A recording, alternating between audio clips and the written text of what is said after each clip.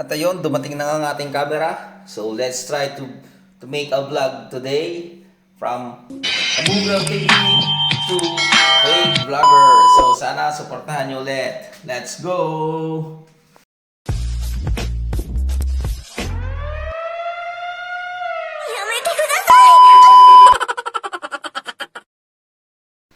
Ayun, so hindi natin alam paano natin ulit sisimulan ng pag-vlog natin. So siguro i-start natin dito. At sakto, profile recommended na ulit tayo ni Facebook. So sakto to para simulan. At ayun, saka na tayo sa labas. So gaya ng ginagawa ko dati sa Japan, gagawin din natin dito. I-tour ko kayo dito sa amin sa labas. So ngayon, galawang panggabi. Try natin na meron kaming aral ng Czech language. So hindi naman ako nakapag-review. Kasi may papatay yung hindi ko alam, hindi katulad dati ng pero parang gusto ko mag-aral na ng Czech language kasi marami akong kwento ang mga ibang lahi, yung mga lokal. So minsan hindi sila nag-English. So ngayon, nakapagluto na ako kanina ng yan dito. Meron tayong ulo ng baboy. Mura lang ulo ng baboy dito. Init natin. Tama ba? Mura lang ulo ng baboy dito. Kumbaga 35. So syempre wag mo i-convert lagi sa pera natin. Kumbaga parang sumahod ka ng 40, 30. Tapos yung mabibili mong karne dito mura. Parang 35 pesos. Kumbaga lang, syempre wag mo i-convert. Eh ngayon, tayo. Wala pa akong, so baka may magpapabili dyan, pasabay na. Wala pa akong, dito. Marami pa akong bibilhin sa aking camera. Ayan. Paano ba yan? Tumba eh. Ano pag natumba to? Sayang. Ano to? Pero baka like and subscribe nyo naman yung bago natin gagawing page. Ayan. So, sana wag magpatato. 12:30 na. Ang tanghali. Try lang natin kung parang nakabaliktad at ang aking camera. So pagigising lang natin, maganda niyan, profile recommended na yung ating video. I mean yung account ko. So hindi na ako makakaba. Gumawa kasi ako ng bagong page. Nasa comment lang. Okay, sana naman magtama na itong aking settings dito sa video. Kasi nung nakaraan sobrang high resolution. Ang laki, isang video pa lang nasa 10 minutes around 40 gig. 15 minutes ata, 40 gig. So mababa pa yung specs ng cellphone natin. Although maganda naman yung specs ng cellphone natin 256 gig lang. So yan. So ito naman yung aming may bigas dito. Bigas namin Hasmin. So 700 for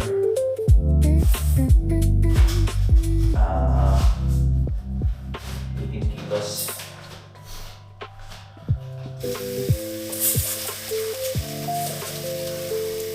Hindi ko alam kung anong lasa ng aking ginawang in-oven o lechong baboy ng ulo.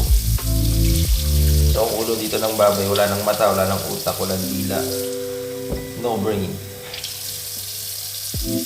Wala na rin tenga. So sana supportahan nyo pa din yung bago nating page. Try lang din. So profile recommended. So nung nasa Japan ako, hindi ko natanda kung exact amount.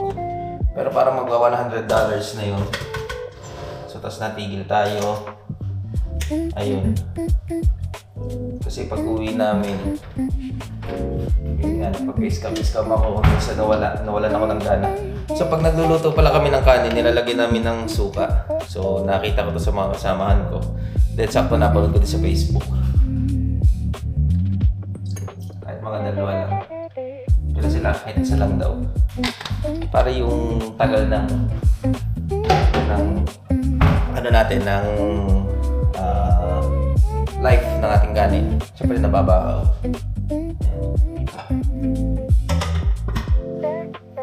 So yun, ganito lang ang buhay namin, tahimik. So ngayon payday nga pala. Payday sakto, pakikita ko sa inyo kung magkano sinasahod natin dito. So depende naman sa mga company, may mataas, may mababa. Tapos meron namang mas mababa yung, depende kasi, may mas mababa yung sahod, rate per hour, pero merong mga bonus per month, merong bonus per 13-month pay, 14-month pay. So dito sa company namin, hindi pa namin sigurado. So siguro maybe tanong natin sa araw, ano pa ba yung another benefits ng company natin. So dako nga pala dito sa Czech Republic. So meron kaming naunang Pilipino, pero halos ilang months lang ba? 2 months, 3 months, at 3 months lang, 2 months yung alamang nila. Sabi natin, kami na yung mga first Filipino. Aba, sa akin Filipino, hindi pala. Bali pa. Kami dalawa yung sumunod sa unang batch. Tapos, almost na lang naman, 3 days. So, sabi, kaso na-late pa rin sila na isang week sa amin. Bali, 16 kami dito Pilipino sa Dako. Kumbaga sa atin sa Dako na malaki. So, yun. Sabi nga, ako medyo malaki, kaya yung malalaking European, medyo halos same height ko, mas mataas ako. Ayan, napaganto ako. Pag gumanto nga pala ako, yung automatic on and off yung camera. So sana tama na ako dito, 6K 30 FPS ba yung tawag doon? So yan, yung balik tayo. So yun nga, yung mga Pilipino, siyempre yung height nating mga Pilipino hindi naman ganun katataas. So sabi nga niya sabi sa akin na may parating nga doon lima ulit na maliliit na Pilipino. Sabi niya, hindi ko alam kung matatangkad sila. So may nag-hire ulit sila ng 5 Pilipino sa amin. Sayang yung mga kaibigan ko, hindi mo nagpunta yung iba din, yung isa. So nag-fail. Pero okay lang yun. Better luck next time kasi yung pag-apply minsan, kahit anong galing natin, hindi naman ibig sabihin pag bumagsak tayo ay mahina na tayo or hindi tayo hindi magaling. Siguro minsan nagkakamali lang tayo ng sagot o kaya naubusan tayo ng kumpiyansa sa sarili. Kasi nung ako na-interview dyan, siguro nadala ko sa forma, nadala ko sa ngiti-ngiti. Alam tayo lagi nakangiti. Sa mga fake vlogger dyan. Fake vlogger. So, may like na nan. So, yan. Andi size na Pilipino kami. Then ngayon may add na 5. So, magti-21 na. So, ngayon, ito lang yung aming dalo pa lang kami dito sa apartment namin. So, yung iba nandun sa Mega. Sa pinupunta. Sa araw tour natin tayo doon. Punta tayo. So, ito yung bahay ko. Hindi ko mabahay, apartment na tituluyan ko. Kasi ito yung kwarto ng isa, tapos ito yung akin nandiyan, solo lang ako. Solo leveling, and then nandun yung dalawa. Okay? So yan, ito yan. So siguro hindi na ako magbibili ng gamit katulad sa Japan, na bumibili ako ng gamit para sa bahay. Kasi at the end of the day, the end of the contract, wala, ako din naman. Hindi iiwan mo din, sayang naman. Sayang pa rin yung pera, although kahit ginagamit mo. Wala tayong plano pang tumagal dito.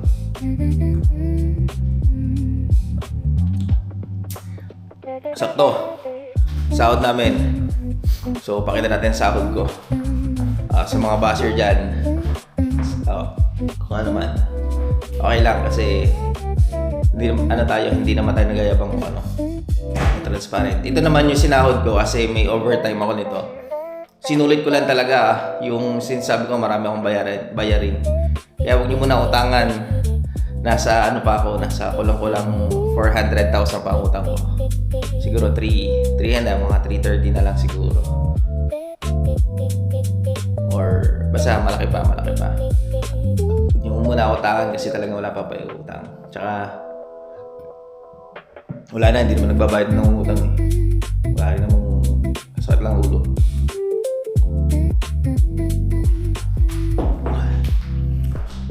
Ayan. So, habang nag-aantay tayo. So, ito lang yung kwarto ko. Huwag mo na pansinin yung magulo. Well, hindi ko pa nalilinis yung iba eh. Kasi nung isang araw lasing ako, lasing na lasing. Kaya muna natin ang cellphone na may wallet, then compute. So ganito lang, first vlog natin mga ka-FB. So, ito yung first vlog natin.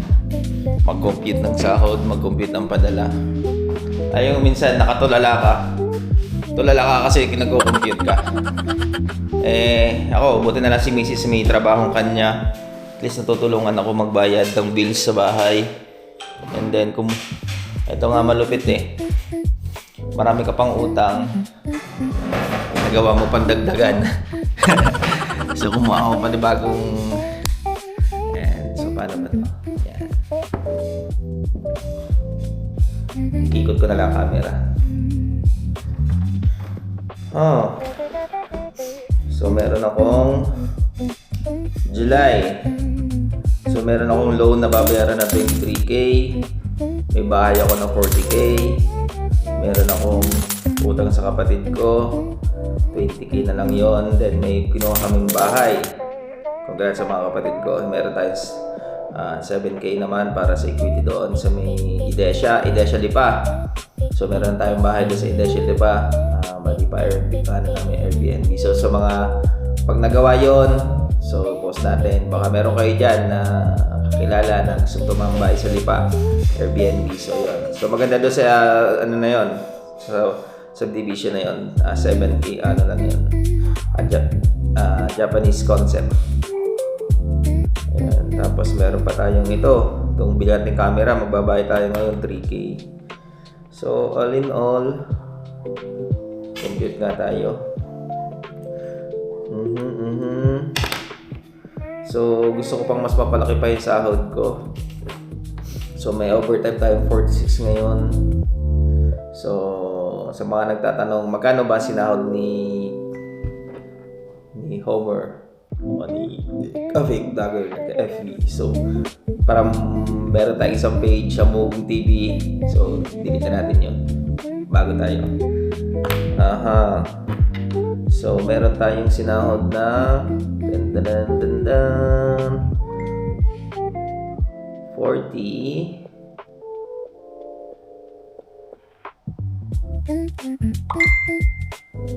Yun, 46,567 KC. So, yan.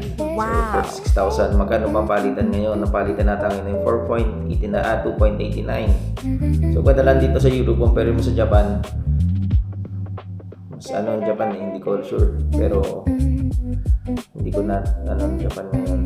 Para sa mga nag-Japan na mababa na yun. Pero sa mga bago, go, magtuloy kayo. Experience nyo. So, yun. 2.9 times 46. 567. So, meron ako sinahod na, tapataginting na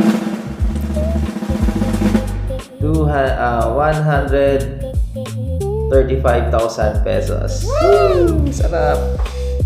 Nice! 135. So, meron tayong 135,000. Kala nyo, okay yan na.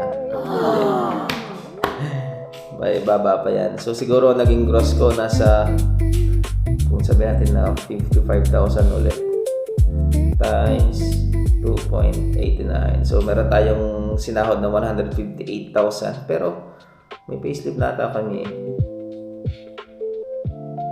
Ayun, may payslip na nga. So, yung gross natin, kaya check, wait. Ang gross natin ay, gross natin ay, saan aking password? Wala na password ko tayo. Ayan, wala na. Work with you.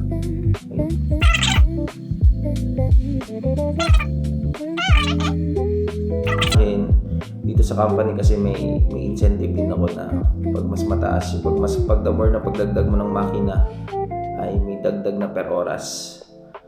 So dumagdag na yung 2 plus 1 ko na makina kasi 3 yung makina ko. So hopefully hindi na tayo matanggal sa pwesto natin. And then maganda nun sa aking sa pwesto ko, pinag-igi ko naman, natutunan naman natin. Meron tong robot, tsaka Puma vertical. So yan, nag-range ako ng 67,000 pak 1,500 for gross. So malaki kasi kaltasan dito mga chong, 16,500 times 2.89. Oh, 195,000 pesos. Closen, tapos sinahod ko lang yung 135,044. So 60,000 yung na-bless sa atin. So ito yung sinasahod natin lagi. Pero nasa in-tax natin. Saka na muna yan. Dito muna tayo sa pagpapadala natin. Okay. So meron tayong 23,000 plus 40,000 plus 20,000 sa kapatid ko plus 7,000 plus 10,000. Oh, 100,000 na agad. So 100,000. Tapos ang maganda nito, dagdag pa pala natin yung 3,000 para sa ating So 103,000 minus 135. Ano lang naman, bali sinasagad ko talaga yung padala ko para mabayaran ko lahat yung utang ko agad. Kasi ang hirap ng mga bagay na nagpo-post ka sa Facebook tapos hindi ka nagbabayad. Yung mga utang, magbayad kayo. Hindi pwede naman na pinaghirapan ng tao tapos hindi nyo bayaran. So kahit kapamilya mo yan, di ba? So check natin magkano ba daw padadala ko utang sa aking asawa. Ano lang ako, nagtitira lang kasi, ang budget kasi namin dito, 3,000 to 5,000 pesos, check round. So, 103,000, may natira pa ako 32,000 pesos sa pera natin, men. So, yung pagpunta ko dito, meron pala tayong placement fee binayaran, nasa 85,000, so kailangan kong bayaran agad. Ayan. Patik-patik lang para mabayaran lahat. So, madali lang naman, wala ang problema dito, hindi magugutom. So, pagpalagay natin na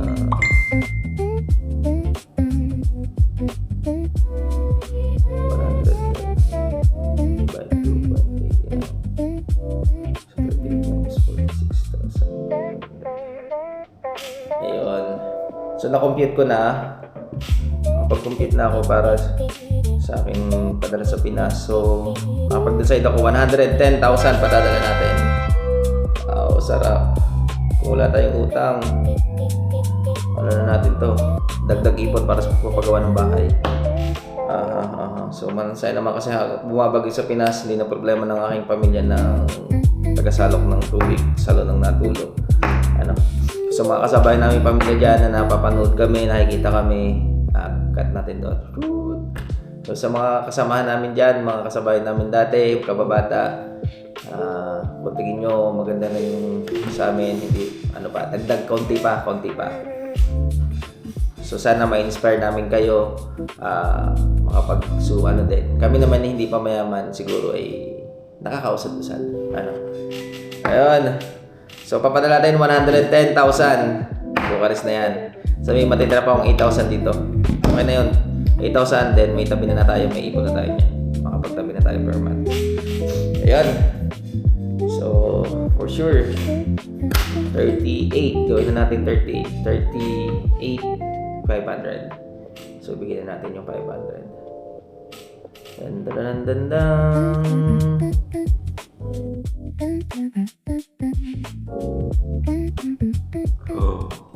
Oh no, credit card. Bye-bye! So yun lang, kahabang ating video. Kahaba yung video natin. So medyo 15 minutes na rin. So ngayon, mamaya, balik tayo sa company para mag-aaral na rin Czech language for 1 hour. So yan, see you guys. Salamat sa panonood ng Kaunti ang Bahagya. So nagbabalik ang Kaumugong TV 2 Fake Vlogger. Please like, hit and share, and subscribe, and hit